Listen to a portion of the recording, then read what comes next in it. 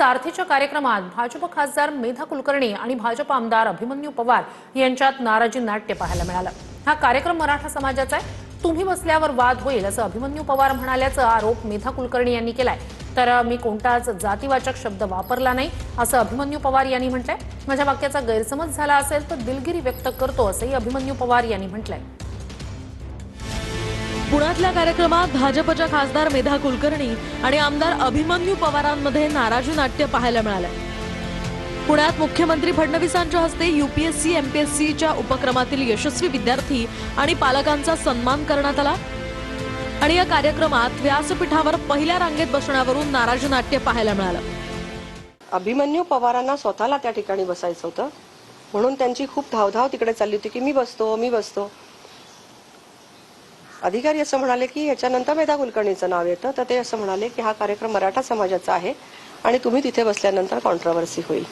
त्यांनी निघून जावं का बसावं हा त्यांचा विषय, मी काय सांगू शकतो त्याच्यामध्ये। मी ब्राह्मण म्हणलो नाही, मराठा म्हणलो नाही। मराठ्यांचा कार्यक्रम आणि तुम्ही पहिल्या रांगेत बसू नका असा आमदार अभिमन्यू पवार म्हणाल्याचा दावा खासदार मेधा कुलकर्णींनी केला। तर कुणाच्या भावना दुखावल्या असतील तर मी दिलगिरी व्यक्त करतो असं अभिमन्यू पवार म्हणाले। त्यांना जी कोण व्यक्ती प्रिय आहेत त्यांना स्मरून त्यांनी सांगावं की त्यांनी हे वाक्य बोलले की नाही। हा कार्यक्रम मराठा समाजाचा आहे आणि तुम्ही बसल्यावर कॉन्ट्रोवर्सी होईल हे वाक्य ते बोलले की नाही। अभिमन्यूजी, तुम्ही अजूनही स्वतःला ओएसडी समजता का? मी ताईंनाही पुन्हा विनंती करतो की मी काय बोलले तर तुम्ही नीट आठवून बघा।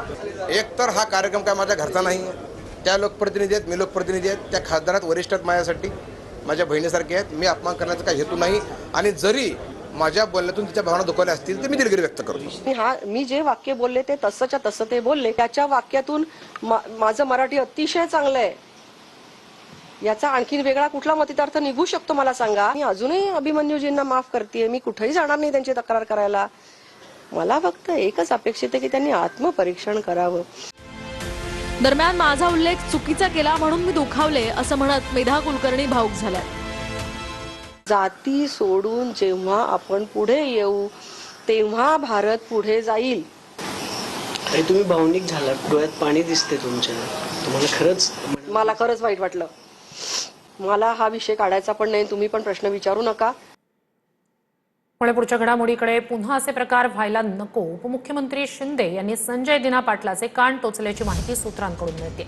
महायुतीत असे प्रकार व्हायला नको असं म्हणत फडणवीसांनी ही नाराजी व्यक्त केली आहे। तर संजय दिना पाटीलचा सगळा विषय सगळ्यांनी थांबवणं गरजेचं आहे असं सावंत यांनी म्हटलंय। दरम्यान शिंदेंनी नेमकं काय म्हटलंय पाहूया। पुन्हा असे प्रकार व्हायला नकोत, तुम्ही लोकप्रतिनिधी आहात, बोलताना सर्वांनी भान ठेवा। ठीक आहे, काय गैरसमजूत काही ते झालेलं आहे, ते कोणत्या तणावात असेल माहित नाही, पण तो हे असं बरोबर नाही, चांगलं नाही। पत्रकारांना शिवीगाळ करणं याचं समर्थन कोणीही करू शकणार नाही।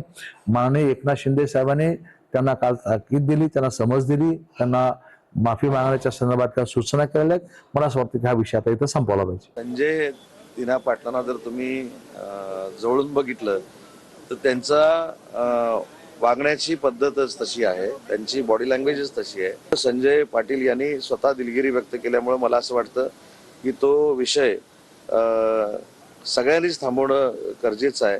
संजय पाटलांसारखा जीवाला जीव देणारा मित्र देखील असू शकत नाही। माझी देखील आपल्याला विनंती आहे की भविष्यामधनं राजकारण करत असताना त्यांच्याकडनं अशा पद्धतीची भूमिका परत घेतली जाणार नाही। तर एक खासदार बोलतो मी 5 खून केले, इतकं बोलूनही चौकशी होत नाही। संजय दिना पाटीलच्या वक्तव्यावरून राज ठाकरे यांनी सरकारवर टीका केली। राज ठाकरे या प्रकरणी नेमकं काय म्हणाले पाहूया।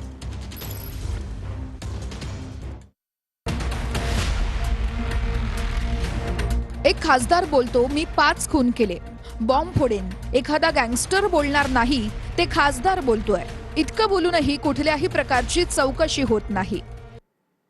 तर दिल्लीत 2 गुजराती बसलेत म्हणून तुम्ही काहीही तर छत्रपती शिवाजी महाराजांच्या जिरेटोप वाद प्रकरणी राज ठाकरे यांच्या घरी जैन समाजाचं जे शिष्टमंडळ पोहोचलेलं होतं या सगळ्या प्रकरणी त्यांनी माफी मागितली। छत्रपती शिवाजी महाराजांच्या जिरेटोपाचा अवमान झाल्याबद्दल ही माफी मागण्यात आली। व्यापारी आहात, व्यापार करा, शांतता राखा असं राज ठाकरे यांनी यावेळी म्हटलंय।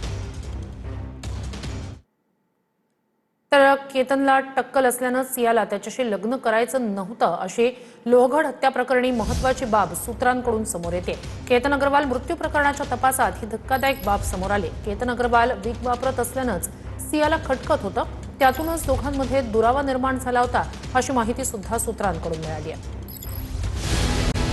केतन अग्रवाल मृत्यू प्रकरणाच्या तपासात धक्कादायक बाबी समोर येत आहेत. आरोपी सिया गोयलला केतनसोबत लग्न करायचं नव्हतं. केतनला टक्कल होतं. तो डोक्यावर केसांचा विग वापरायचा. विग वापरत असल्यानं दोघांमध्ये खटकत होतं आणि त्यातूनच दुरावा निर्माण झाला. सिया गोयल आणि प्रियकर चेतन चौधरीनं केतनच्या हत्या करण्याचा कट रचला. केतनला ट्रेकिंगची आवड असल्याची माहिती दोघांना होती. किल्ल्यावर नेऊन खोल दरीत ढकलून अपघाताचा बनाव करण्याचा कट दोघांनी आखला. आरोपींनी 3 वेळा लोहगड किल्ल्यावर जाऊन रेकी केल्याचं तपासातून समोर आलंय. कोणत्या ठिकाणी खोल दरी आहे, कुठून ढकलल्यास अपघातासारखे भासेल याची सियानं प्रियकर चेतन सोबत पाहणी केल्याची माहिती समोर येतेय. दरम्यान पुणे दौऱ्यावर आलेल्या मुख्यमंत्री फडणवीसांची केतन अग्रवालच्या वडिलांनी भेट घेतली आहे. दोषींना फाशीची शिक्षा व्हावी अशी मागणी केतन अग्रवालच्या वडिलांनी मुख्यमंत्र्यांकडे केली आहे. सर मला वाटतं याच्यात अजून काही लोक इन्व्हॉल्ड असतील प्लॅनिंग मध्ये यामध्ये भावाला या संदर्भात काही माहिती असू शकते असं वाटतं का तुम्हाला? मे बी असू शकेल सर, कारण की त्या भावाच्या खूप जवळ होती ते. सर केतनला एक वीकचा पॅच होता, पण हे लग्न ठरवायच्या अगोदरच त्याला सांगितलेलं होतं. बिकॉज ऑफ त्याच्या ते काही मेडिकलच्या याच्यामुळे एक छोटासा पॅच होता त्याला वीकचा, पण ते लग्न ठरवायच्या अगोदर सगळं काही क्लिअर सांगून दाखवलं गेलं होतं. पण तिच्यासाठी लय सोपं होतं ना सर नकार देणं. माझ्या मुलाची हत्या करायची गरजच नव्हती ना.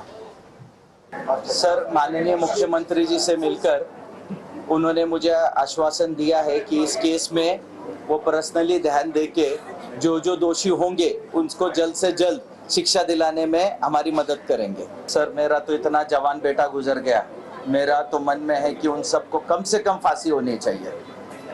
आपने ये कहा मुख्यमंत्री से? जी मैंने उनसे विनती की कि कम से कम फांसी होनी चाहिए.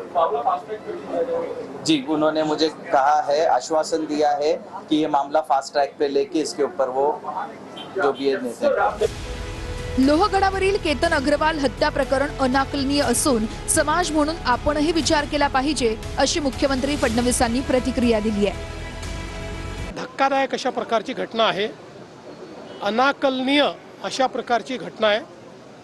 खरं म्हणजे कुठेतरी समाज म्हणून आपल्याला विचार करण्याची आवश्यकता आहे की शिकल्या सवरलेल्या चांगल्या घरच्या मुला मुलींमध्ये अशा प्रकारची दुर्बुद्धी आणि अशा प्रकारची सूडबुद्धी ही नेमकी का तयार होते, याच्या पाठीमागची कारणं काय आहेत.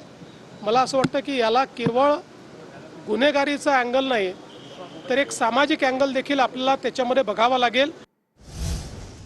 माझी मुलगी दोषी असेल तर लोहगडावरून ढकलून द्या असं सिया गोयलच्या आईवडिलांनी उद्विग्न प्रतिक्रिया दिली आहे. मुलगी सियाच्या कृत्यानं धक्का बसलाय, त्यामुळे सियाच्या वडिलांना रुग्णालयात दाखल करण्यात आलंय.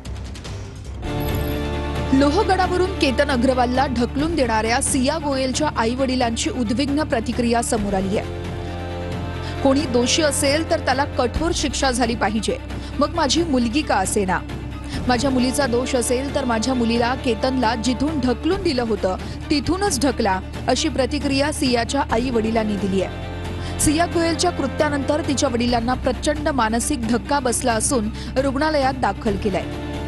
कि जो भी है, जिसने जो भी ये किया है उसे सख्त से सख्त सजा मिले, और जैसे हमारा केतन जिस किले से गिरा है इसमें जो भी आरोपी पाया जाए उसमें भले मेरी खुद की बेटी क्यों ना हो उसे भी वहीं से धक्का दे दिया जाए. नहीं, 2 परिवार डिस्टर्ब हो गए हैं. दोनों परिवारों में केतन जी भी इतने अच्छे थे. अगर किसी का इसमें दोष हो तो उसे सख्त से सख्त सजा होनी चाहिए, चाहे उसमें मेरी बेटी भी हो. अगर मेरी बेटी का दोष निकले तो जहाँ से केतन जी को गिराया गया या जो गिरे हैं वहां से ही उस दोषी को गिराया जाए. तहकीकात की तौर पे निकलता है कोई जो भी दोषी तो उसे सख्त से सजा दीजिए, या तो उसे फांसी की सजा दीजिए.